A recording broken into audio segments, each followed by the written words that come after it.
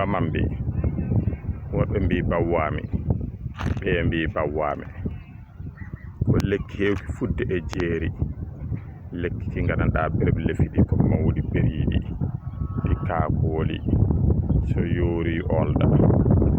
Lekki ki heewi fiindude ko ceeɗu, so fiindi piindi ɗi ko ni ɗi mbayata wona piindi daneeji mbaɗɗi toɓɓe toɓɓe.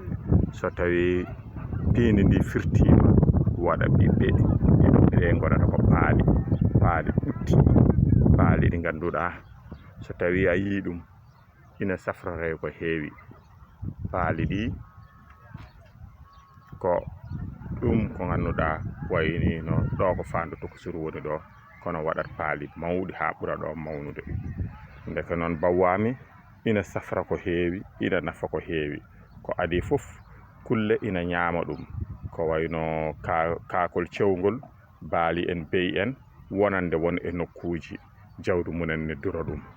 So tawi ɗum ɓenni ina safrore ko heewi, ina safrore ɓuddi, ina safrore ɓandu musoru, ina firta dabare wonen won hen wiɓe noon e ko nandi hen.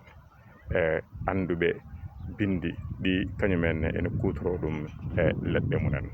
Ko lekki ki gandanɗa so nangue fuɗi ha woɗɗoyi a wawa yitude ɗaɗi muɗum. Ko lekki gandanɗa ene heewi kawis ha ganduɗa so tawi gandanɗa aɗa yiiloki ko caɗele keeɗe keptotoma haadema yitude. Ɗo mantinɗa ɗum foof ene heewi sa ari mbasa yiide ɗum.